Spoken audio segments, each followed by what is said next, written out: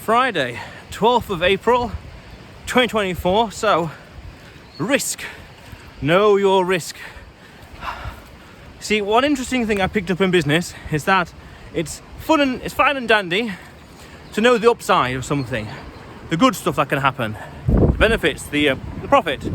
But what's more important, some would say, is the risk. Knowing the risk, being aware of the risk. What if? Contingencies. If this, if that, if. What are you going to do? What can you do? What should you do? What should you not do? You know the rest. Due diligence, basically. So, I was on an airplane, had a flight today to the Isle of Man, and I was asked if you want to sit by the emergency exit. But by doing so, you have to help the crew with an emergency. Now, I've taken a few flights in the past, and I was curious, what's the risk? What's the liability? If there's a problem, and if they need my help, and if I help, and if something goes wrong, loads of ifs, what happens? You know, how liable am I? The key word there is liable, in terms of if it goes to court, if things escalate. Now, of course, you can say whatever about me, but it's understanding risk. That's the thing, because it's like a heuristics. If this happens, if that, or this and this and this. Now, in the end, evidently, it was fine, but still, it's about understanding what happens. What's my downside? Now, he said, oh, you're fine, because it's what's called the Guardian Angel Act. Okay, so while I was on the ground still, before flying off, or taking off, lift off, I had a quick chat with GPT. You know, what's Guardian Angel? And it struggled to find something, didn't know what it was. So I was thinking, okay, so something went wrong here. So, you know, maybe nonsense, or maybe doesn't know, or whatever, there's a mismatch. Okay, fine, not a problem. So, that got me thinking in general, risk. We have to know what the risks are. So, the contingencies, the backup plan, understanding things, the disclosures.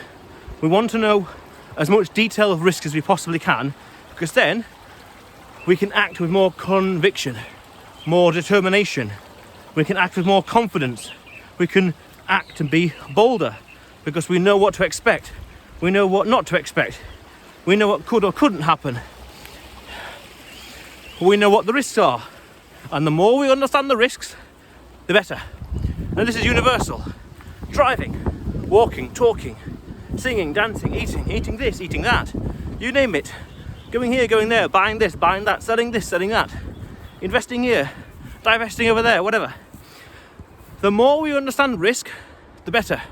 The more we understand the potentials, the possible outcomes, we can predict, and we've got protections against them, the better. Very important.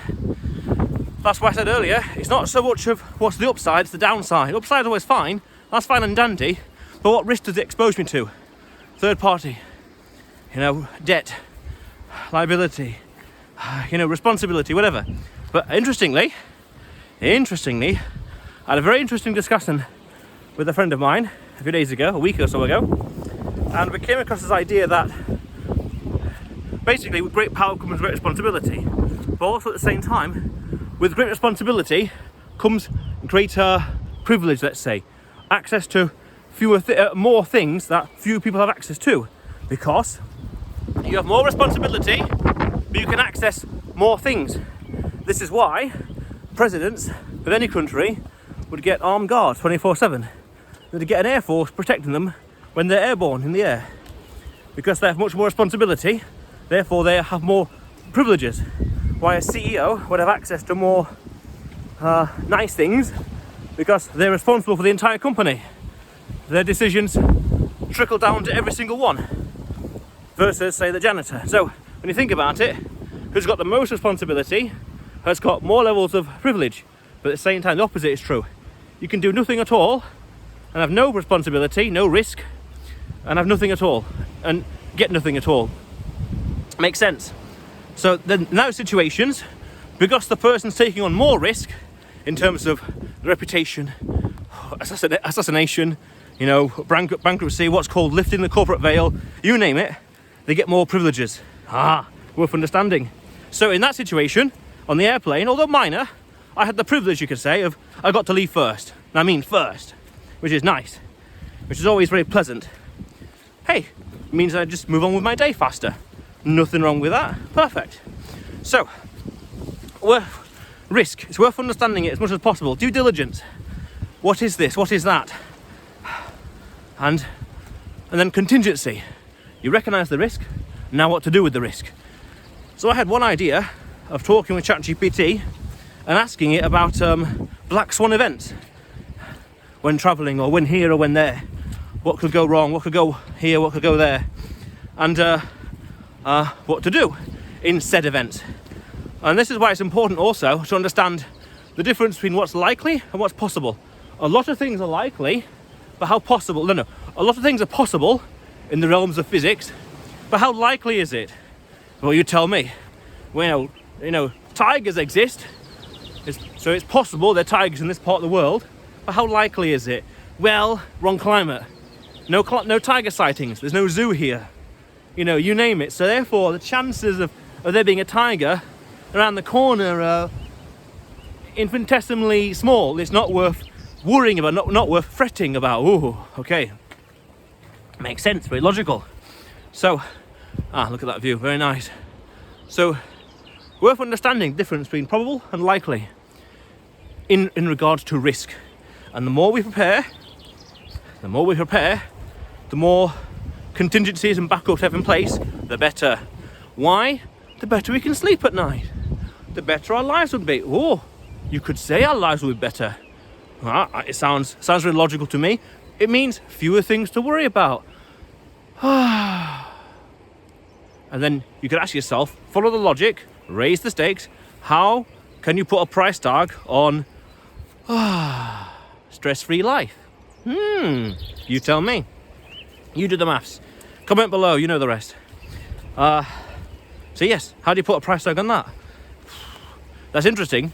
That reminds me, actually, there's a nice concept in economics called the statistical value of life, which talks about how much it costs to save one life in relation to building something like a rail, how much that rail costs in relation to how many lives per year it saves, and reduce the number of deaths.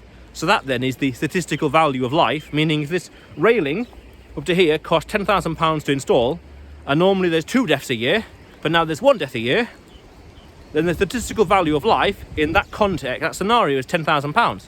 Oh, that's a very, very bit of a hardcore maths way of looking at life and people and whatever else. But nonetheless, it's risk.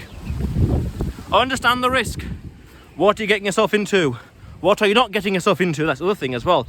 There's a nice concept in economics called the opportunity cost of capital. Opportunity cost of capital. Because we've got classical opportunity cost, just opportunity cost. If I don't do this, what can happen or what could not happen? But the inverse is true. Well, the same principle for money. If I do or don't do this, what am I losing out on financially? Very interesting concept. So these concepts in maths, probability and likelihood, and economics and whatever else, these maths and these core